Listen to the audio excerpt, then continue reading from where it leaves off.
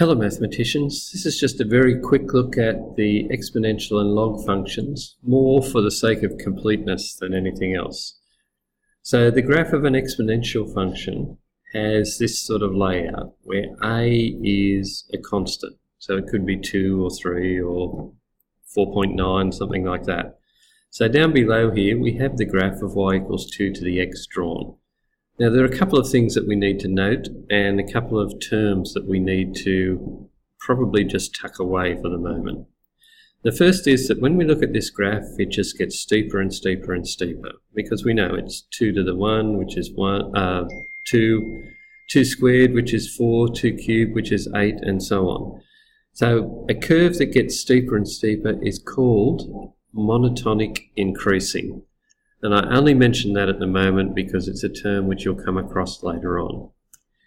The another thing about this curve is that regardless of the value of this coefficient here, if we raise anything to the power of 0, so that's what happens when x equals 0, it will have a y value of 1.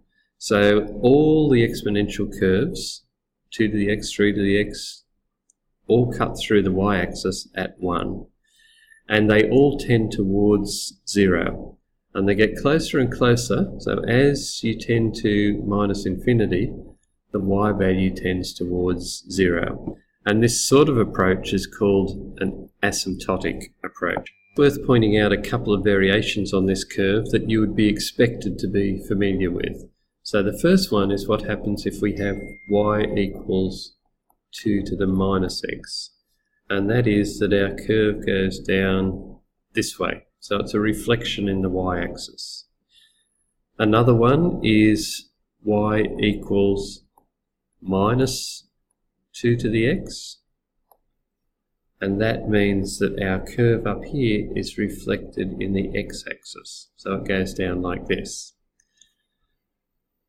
If this number in here happens to be 1, then y equals 1 to the x is a straight line. 1 raised to any power is just 1, so it goes like that.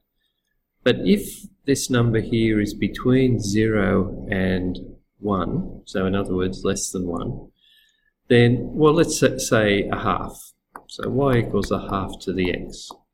If we have y equals a half to the x, that is 2 to the minus 1 to the x, which is 2 to the minus x, which is our graph over here.